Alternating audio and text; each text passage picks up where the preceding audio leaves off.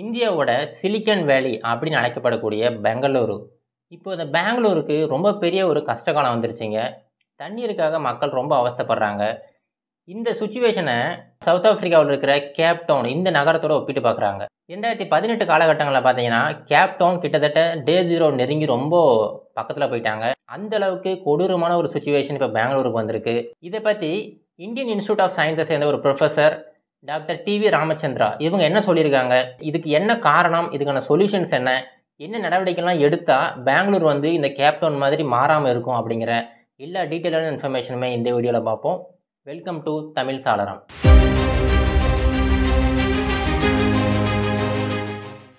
இப்போ பெங்களூருக்கு எதனால இந்த சிச்சுவேஷன் வந்துச்சு அப்படின்னு பார்ப்பாங்க. பெங்களூர் சிட்டிக்கு கிட்டத்தட்ட 40% தண்ணீர் வந்து நிலத்தடி நீர்லேருந்து கிடைக்குது. 60% தண்ணீர் வந்து காவேரியிலேருந்து கிடைக்குது. இப்போ காவேரி ஆற்றை எடுத்துக்கிட்டோம்னா, காவேரி ஆற்றில் இந்த டீஃபாரஸ்டேஷன் சொல்லுவாங்க பார்த்தீங்களா, காடுகளை அழித்தல். இந்த காடுகளோட அழிவு வந்து ரொம்ப அதிகமாயிடுச்சு.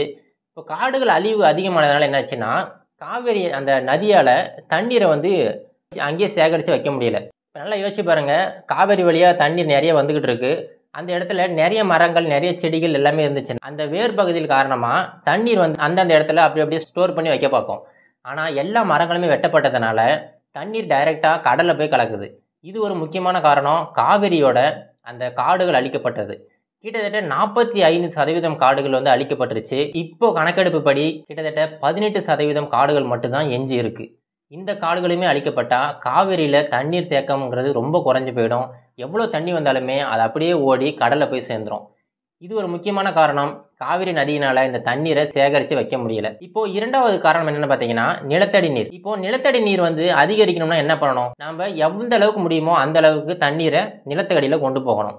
நம்ம ரீசார்ஜ்னு சொல்லுவோம் பார்த்தீங்களா, அந்த மாதிரி தண்ணீரை வந்து நம்ம ரீசார்ஜ் பண்ணாதான் மறுபடியும் அங்கிருந்து நம்ம தண்ணி எடுக்க முடியும். இப்போ பெங்களூர் சிட்டி எடுத்துக்கிட்டிங்கன்னா, தண்ணீர் போகிறதுக்கான வழிகள் வந்து ரொம்ப குறைஞ்சி போயிடுச்சுங்க. இப்போ நம்ம இந்த நிலத்துக்கு அடியில் தண்ணீரை வந்து கொண்டு போனோம் அப்படின்னா, ஒரே வழி அங்கே இருக்கிற அந்த நிலப்பகுதியில் கொஞ்சமாவது துளைகள் இருக்கணும். அந்த துளைகள் இருந்தால் தான் அது வழியாக மழை நீர் ஆகட்டும், இல்லை வேற ஆறுகளில் வர தண்ணீர் ஆகட்டும், அந்த துளைகள் வழியாக உள்ளே போயிட்டு நிலத்தடியில் ஸ்டோர் ஆகும். அது நம்ம மறுபடியும் எடுத்து யூஸ் பண்ணலாம். இப்போது பெங்களூர் சிட்டி எடுத்துக்கிட்டிங்கன்னா, அந்த துளைகள் எல்லாமே கிட்டத்தட்ட மூடப்பட்டுருச்சு. இந்த துளைகள் எதன் வழியாக ஏற்படும் பார்த்தீங்கன்னா, நிறைய மரங்கள் இருந்துச்சுன்னா அது வழியாக வந்து தண்ணீர் வந்து நிலத்தடிக்கு போகும். நிறைய இந்த வாட்டர் பாடிஸ், அதாவது குளங்கள், ஏரிகள் இருந்துச்சுன்னா அது வழியாக தண்ணீர் வந்து நிலத்துக்கடியில் போகும். இப்போ பெங்களூரோட வரலாற்று பக்கங்களை புரட்டி பார்த்தீங்கன்னா, கிட்டத்தட்ட 1800 இந்த காலகட்டத்தில் 1452 வாட்டர் பாடிஸ் அங்கே இருந்திருக்குங்க. கிட்டத்தட்ட 1500 ஏரி குளங்கள்லாம் வந்து பெங்களூர் சிட்டிக்குள்ளே இருந்திருக்கு. கிட்டத்தட்ட 80% அந்த நிலப்பரப்பு வந்து மரங்களாலுமே செடிகளாலுமே வந்து கவர் பண்ணப்பட்டிருக்கு. ஆனால் இப்போது ரீசெண்டாக எடுத்த சர்வே படி பார்த்தீங்கன்னா, கிட்டத்தட்ட 193 வாட்டர் பாடிஸ் தான் இருக்குது. அந்த க்ரீன் கவர் இருக்குது பார்த்தீங்களா, அந்த மரங்கள் செடிகள், இது வந்து கிட்டத்தட்ட 4% மட்டும்தான் இருக்குது. இது எந்த அளவுக்கு குறைஞ்சிருக்குன்னு பாருங்கள். கிட்டத்தட்ட 200 ஆண்டுகளில் ரொம்ப பெரிய அளவில் இந்த வாட்டர் பாடிஸ் ஆகட்டும், இல்லை அந்த க்ரீன் கவர் ஆகட்டும், எல்லாமே குறைஞ்சி போயிடுச்சு. இதனால் என்ன ஆகுதுன்னா, எவ்வளோ மழை பெஞ்சாலும் சரி அந்த மழை நீர் நிலத்துக்கடியில் போகவே முடியறது கிடையாது. ஏன்னா நிலத்துக்கடியில் போகிறதுக்கான எல்லா வழிகளுமே அடைக்கப்பட்டுருச்சு. இப்போ எல்லாமே இந்த நவீனமயமாதல் இந்த காலகட்டத்தில் தான் நடந்திருக்கு. கிட்டத்தட்ட ஒரு 50 ஆண்டுகள் இந்த காலகட்டத்தில் இந்த எல்லா வளர்ச்சியுமே நடந்திருக்கு. 1973 இந்த கணக்கெடுப்பு படி பார்த்தீங்கன்னா, அந்த க்ரீன் கவர் அப்படிங்கிறது கிட்டத்தட்ட 68% இருந்திருக்கு. அதாவது அந்த பெங்களூர் சிட்டியில் 68% மரங்கள் இருந்திருக்கு. வெறும் 8% தான் அந்த காங்கிரீட் ஆகட்டும், அந்த ரோடுகள் ஆகட்டும், இந்த மாதிரி அந்த நிலத்தை மூடுற அந்த சர்ஃபேஸ் வந்து கிட்டத்தட்ட 8% மட்டும்தான் இருந்திருக்கு. இது 50 ஆண்டுகளுக்கு முன்னாடி. ஆனால் இப்போ எடுத்து பார்த்தீங்கன்னா அது எல்லாமே டோட்டலாக மாறி போயிடுச்சு. அந்த கான்கிரீட் ஏரியான்னு சொன்ன பார்த்தீங்களா, அதோட இன்க்ரீஸ் பார்த்தீங்கன்னா 1055% மேலே இருக்குது. கிட்டத்தட்ட 88% மரங்கள் வெட்டப்பட்டுருச்சு. 79% வாட்டர் பாடிஸ் வந்து அழிக்கப்பட்டுருச்சு. இப்போ இந்த காரணங்களால் என்ன ஆகுதுன்னா, பெங்களூர் சிட்டி வந்து மனிதர்கள் வாழ்வதற்கே ஒரு தகுதி இல்லாத ஒரு நகரமாக கொஞ்சம் கொஞ்சமாக மாறிக்கிட்டு வருது. ஒரு நகரத்தில் மனிதர்கள் வாழணும்னா அதுக்கு முக்கியமாக 2 தேவைகள் இருக்குங்க. ஒன்று, அவங்களுக்கு சுத்தமான ஆக்சிஜன் தேவை. இரண்டாவது, அவங்களுக்கு சுத்தமான தண்ணீர் தேவை. ஒரு மனிதருக்கு ஆக்சிஜன் தேவைன்னா கிட்டத்தட்ட 8 மரங்கள், 7 to 8 மரங்கள் அங்கே இருந்தால் தான் ஒரு மனிதனுக்கான ஆக்சிஜனை வந்து அதை சப்ளை பண்ண முடியும். ஆனால் இப்போது தற்போதைய சூழ்நிலைப்படி பெங்களூரில் பார்த்தீங்கன்னா 7 to 8 மனிதர்களுக்கு ஒரு மரம் தான் இருக்குது. அப்போ எந்த அளவுக்கு அங்கே ஆக்சிஜன் சப்ளையுமே குறைஞ்சி போயிடுச்சுன்னு பாருங்கள்.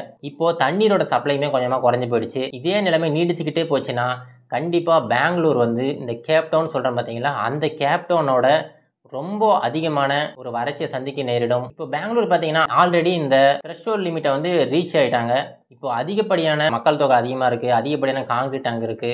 இது எல்லாத்துக்குமே இப்போ உடனடியா ஒரு சொல்யூஷன் கண்டுபிடிச்சு, அதுக்கான நடவடிக்கைகள் எடுத்தா மட்டும் தான் பெங்களூர காப்பாத்த முடியும். அங்க இருக்கிற மக்களையுமே காப்பாத்த முடியும்.